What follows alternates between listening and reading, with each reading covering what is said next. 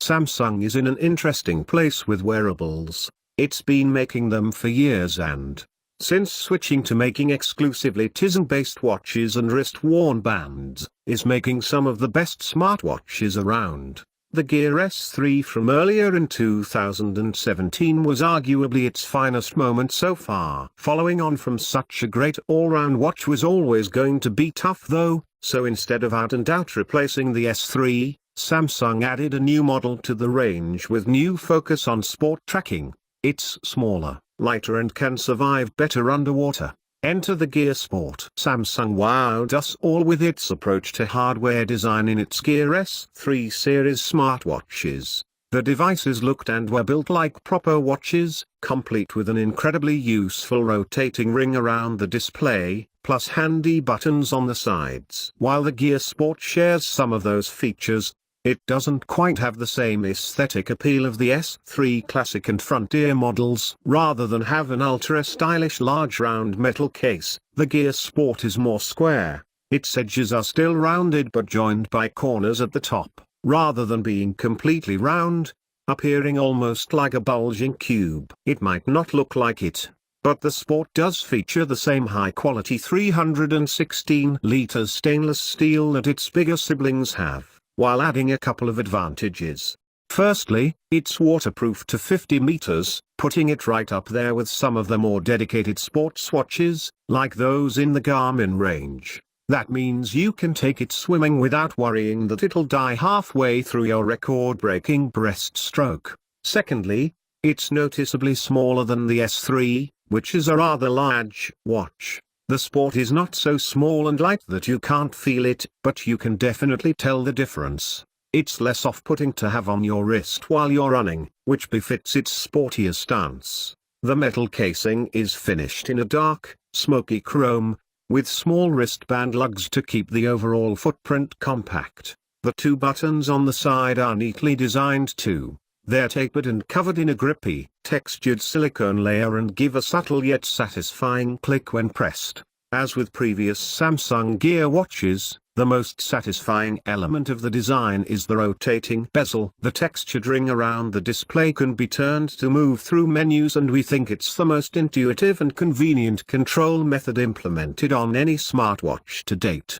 Underneath, the Sport is a fairly basic affair. It's a black, flat surface with a slightly protruding optical heart rate monitor built in. The strap is nothing special, but it does its job adequately. It's a relatively thick silicone band with a clasp finished to match the metallic case. It also happens to have diagonal grooves all along the underside, adding some grip that stops the watch sliding around too much. Just because our review model came with a standard black color strap doesn't mean there aren't more colorful options. As it's a standard 20mm strap with quick release toggles, it's super easy to swap it out for something else. Like in the colorful gallery above, Samsung makes great OLED panels for mobile devices, and the 1.2-inch round screen on the Gear Sport is no different. It's bright, punchy, with lots of color and contrast. Specifically, it's Super AMOLED and so capable of displaying up to 16 million colors. Its 360 by 360 resolution may not sound much, but it's more than what you'd get in other average smartwatches. However, as this number of pixels is crammed into a relatively small screen, what that means to the real, everyday user, is that details look superb at arm's length. Samsung has been able to build watch faces with really fine details that look good. The thin second hands and fine second markers all look great at a glance. Bring the watch closer, however, and you'll start to see on-screen edges and details aren't quite as fine as a high-end smartphone display, but it's far from terrible. And you certainly can't see any individual pixels at any distance. One minor complaint is that being a small screen, some of the text and data on show during a run is too small to really see clearly at a glance. Those times we raised our wrist to see our stats, it took us a little while longer to find the information we wanted than it would on an Apple Watch or Garmin. This is partly down to the information layout, but also has something to do with the size of the text. We've previously lauded Samsung's approach to its smartwatch user interface, UI, for its intuitive layout and overall attractiveness. That continues in the Gear Sport. It's loaded with Samsung's very own Tizen OS, and is compatible with most Android phones and iPhone, albeit it's a little more limited with the Apple option. As with any watch, the main screen is the watch face. By default, the screen is off most of the time, activating when you receive a notification or when you raise your arm to check the time. You can activate an always-on mode, which shows the time with limited animation. But this does reduce the battery performance. Like a smartphone, you can drag down from the top of the screen to access quick settings. Here you can activate features like the water lock, for when you're swimming and you need the screen to be unresponsive. Activate the power saver feature, do not disturb to block notifications, adjust screen brightness, activate airplane mode or go into the settings menu. Rotating the sports watch bezel clockwise from the watch face takes you through your active widgets, which are, by default, equals individual screens to either show you information that it has tracked, or for launching a function quickly. Rotating anti-clockwise takes you to your notifications, which you can then tap to interact with, or you can rotate right to the clear all screen that wipes all the notifications from the watch.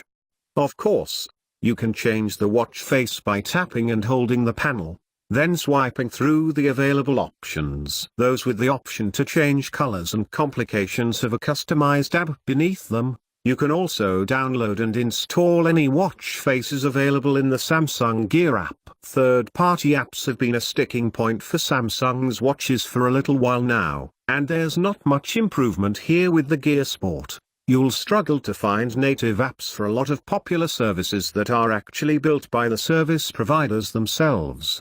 Instead, you will find other, small third-party developers which have built their own apps for services like Hue, WhatsApp, Google Maps and others, but the quality is generally not great, and they're rarely free to download. On the plus side, there is now a Spotify app. When installed, and you have Spotify playing on your phone, you can launch it to have more fine-tuned remote control over your playing music. Rotate the sports bezel to skip tracks, or press the three dots at the bottom of the screen to access controls for saving, shuffling, adjusting volume, repeating songs, albums or playlists. Credit where it's due, Samsung's own health app is actually good. If you want somewhere to keep a log of all your sleeping and daily activity habits, what you eat, what you drink, and somewhere to store all of your tracked workouts, it's a decent all-round app. It's perhaps not as in-depth as the likes of Garmin Connect, but it gets all the basics right, and, if you're not an all-out athlete, that's enough. The first screen in the Health app shows you easy-to-digest snippets of information, like last night's sleep, your current daily steps and a few selected widgets at the bottom. These show details like your last recorded weight, floors climbed, heart rate and elements for quickly inputting information like caffeine intake. Any individually tracked activities can be brought up, too, so you can see which routes you ran in an easy-to-use map, with key elements like average heart rate, pace and distance on display. As with most fitness apps, you get little rewards for reaching milestones too. As you'd expect, pretty much all of these can be activated and viewed on your watch widgets as well, so you get a consistent experience and feature list on both devices. And a fitness watch wouldn't be complete with the regular get up and move. You've been still for too long notifications. Health also has a together section, where you can join challenges along with thousands of others across the globe, or read up on related articles and tips for getting in shape in the Discover section. Within the settings you can choose to have some specific third-party fitness services gain access to your data to share them. For instance, you can export your data automatically to any of Under Armour's suite of apps, including Map My Run, Endomondo, MyFitnessPal, and Under Armour Record, as well as a plethora of others. You can also activate connected services to Fitbit, Jawbone, Strava, Misfit, Runkeeper, and Microsoft Health. If you're on Android, You'll be pleased to know that our experience with this paired to both a BlackBerry Motion and a OnePlus 5T has been flawless. We never had any instances of the automatic sync failing. When the Samsung Health or Gear apps were launched, data updated immediately. We experienced similar consistency when tracking specific activities. Running our regular 4.5 kilometers route a few times showed data that was pretty much what we'd seen on other fitness devices we've tested this year.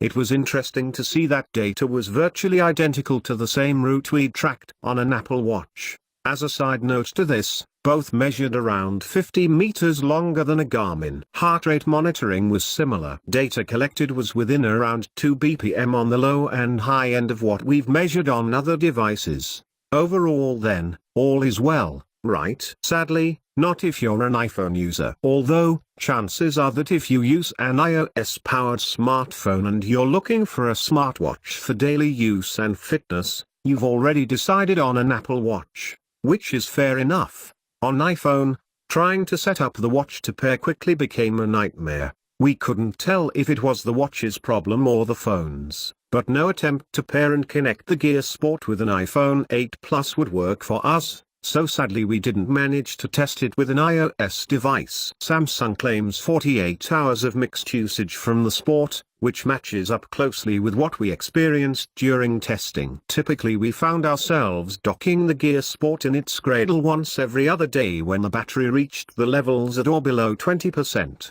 Once it gets to below 15%, a notification appears on screen to ask if you want to activate the power saving mode. In this mode it limits the screen to grayscale coloring, and limits the features so that it only delivers notifications and does nothing else. As soon as it's dead, or at an unacceptably low battery level, you charge the watch by simply resting it on its convenient wireless charger. We mostly charged it at night, but being a small battery it doesn't take long at all to get maxed out. If you're looking for a smartwatch to go with your Android device that also happens to be a great fitness and activity tracker, the Samsung Gear Sport is a very compelling device to consider. It might not have all the apps you can get on Android Wear, but it does let you interact with your notifications, has a reliable GPS and heart rate monitors, and can go 2 days between charges. What's more, it's not a super sport looking number that looks out of place with your daily attire.